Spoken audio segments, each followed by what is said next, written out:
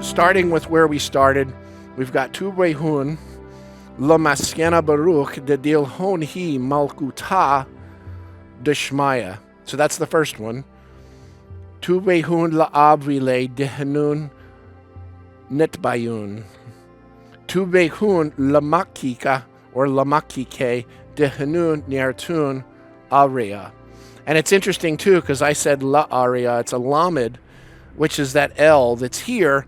It's not here in the Kaboris, but it is in the Peshitta, which is a different text. Tu Behun Lailain de Kapnin Watshain. So this is Tu Behun Lailain, hunger and thirst. Lakianuta Dehanun Nespeyun.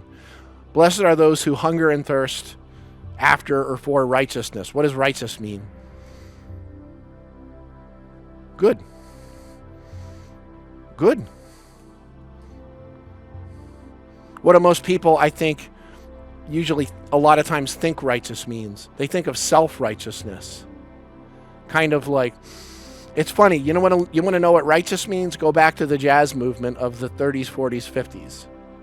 Or the beat poet thing.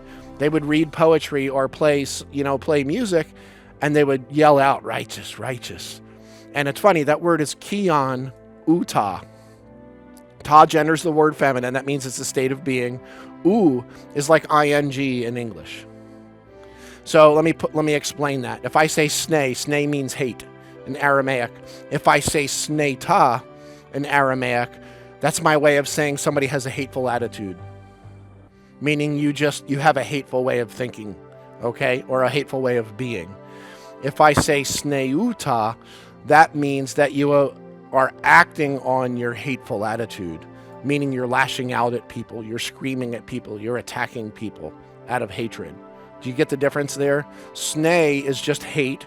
Sneta is a hateful attitude. Sneuta is a hateful attitude that you're acting out on. You're physically acting on, okay? So the U sound, which is the letter wall, it's like ing in English. It means a process of. Even when it's a prefix, it's a process of something, okay? So when I have kianuta, this is what kion means.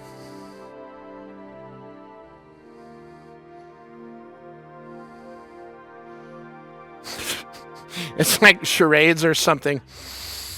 Basically, it means balance. Kion is basically balance.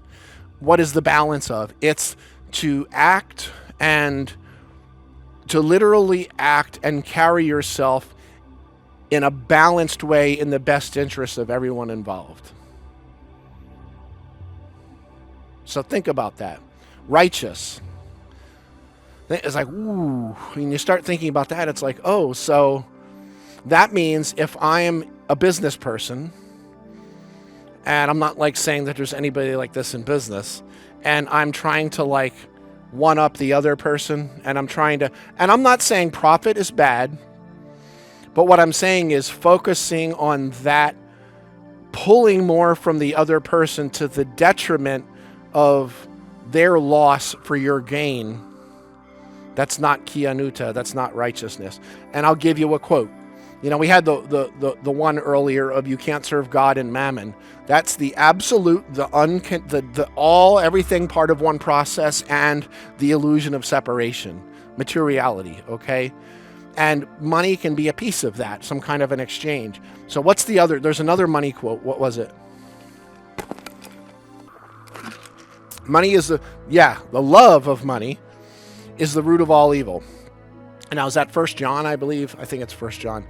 But love of money is the root of all evil. Okay, well, that word isn't mammon. It's not mamuna. And it's funny. I don't know how many times I'm flipping through a radio dial and I hear all these preachers yakking about the love of mammon. And I love you. Bless your hearts. You don't even know what you're talking about. It's not mammon. It's not that word there. It's kespa. Now, kespa money can be an example. I'm going to give you an exact rendering or understanding of what kespa is colloquially, meaning in an everyday sense. It means the belief in the illusion or the appearance of a rate of exchange. What does that mean? That means that I can give you something, whether it's a possession or, oh my God, you look absolutely incredible today. And you kind of, and that's not a bad thing in any sense. Or I can say, I'll look at Breck because he's just all Mr. Model. And he's like, who, me? And I'll say, man, you look awful. You look horrible. What, did like something like crap out of your mouth and end up on your face or something? I know, I'm extra from New Jersey, remember. My point is just, I can take your self-worth from you, and now you feel as if you are less than you were than before. So it can be a possession, it can be confidence, it can be self-worth. It's grooming is an example of what that is. You know, one of the most despicable, disgusting things that people would think we're making huge progress on human trafficking in this world. The truth is that we're nipping at the edge, and it's going like this exponentially at the same time, faster than most people even realize it.